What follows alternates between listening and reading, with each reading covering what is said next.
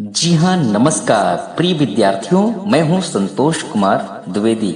कक्षा 11 के विद्यार्थियों के लिए इतिहास विषय का पाठ नंबर 3 एक बार फिर लेकर आया हूँ। इसका पार्ट 2 जो कि कुछ महत्वपूर्ण प्रश्न और बच गए थे, तो आप सभी के लिए ये प्रश्न लेकर हाजिर हुआ हूँ, प्रश्न और उत्तर।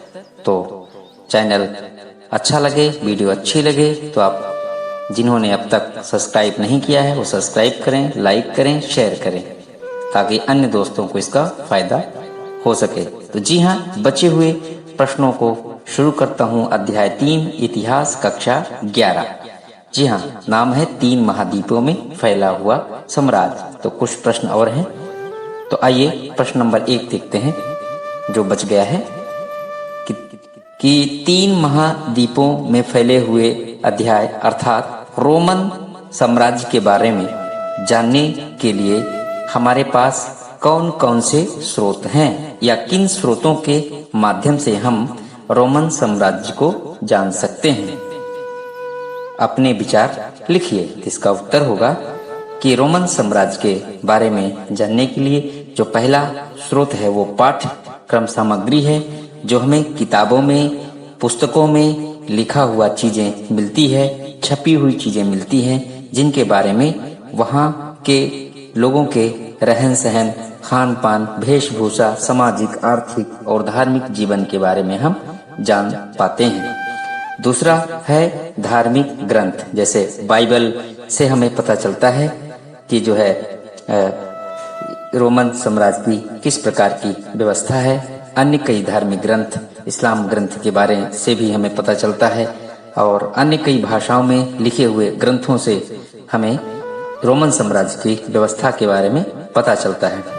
इसके अलावा जो अगला स्रोत है वो है पांडुलिपि। जी हाँ, कई लेखक गण अपने द्वारा लिखे गए हस्तलिपियों के जरिए भी रोमन साम्राज्य की व्यवस्था के बारे में प्रकाश डालते हैं।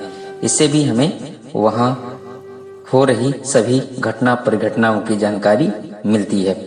एक और स्रोत इसका होगा कि भौतिक स्रोत, उत्खनन के दौरान जो हमें मृत भांड मिले हैं, नगरों के चिन्ह मिले हैं, मकान मिले हैं, सिक्के मिले हैं, मोहरे मिले हैं, अभिलेख मिले हैं। इस तरीके के जो उत्खनन के दौरान चांदी के, सोने के सिक्के मिले हैं, तो इससे भी हमें रोम साम्राज्य के व्यवस्था के बारे में जानकारी प्राप्त होती है।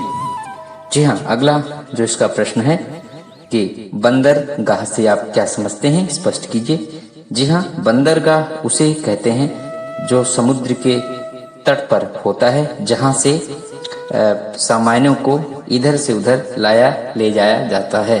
जैसे जो है 4वीं शताब्दी के बाद कुस्तुनतुनिया को बंदरगाह बनाया गया था, जहाँ से जो कि समुद्र के किनारे बसा हुआ था, और वहाँ से हम सामानों को एक स्थान से दूसरे स्थान तक ये लोग ले जाते थे। जी हाँ, अगला जो प्रश्न है, दिनारस किसे कहते हैं, बताइए। तो इसका उत्तर होगा दिनारस एक चांदी का सिक्का होता था जिसका भार 4.5 ग्राम होता था। ये विशुद्ध चांदी से बना हुआ था, यानी मिलावट इसमें थी।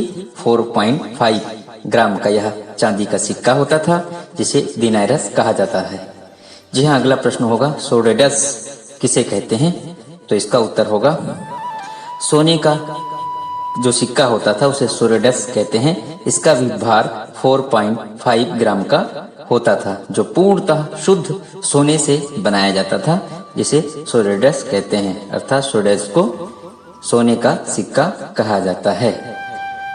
जी हाँ, अगला क्वेश्चन है कि राजधानी की किलाबंदी कैसे की जाती थी।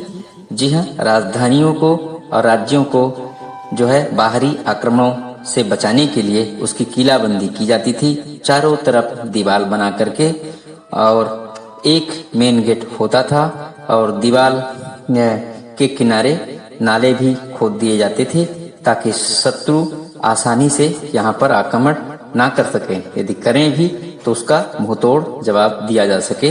और सभी नगर सुरक्षित रह सकें, इसलिए इसकी किलाबंदी की जाती थी। आशा है कि आप लोगों को अवश्य समझ में आ गया होगा।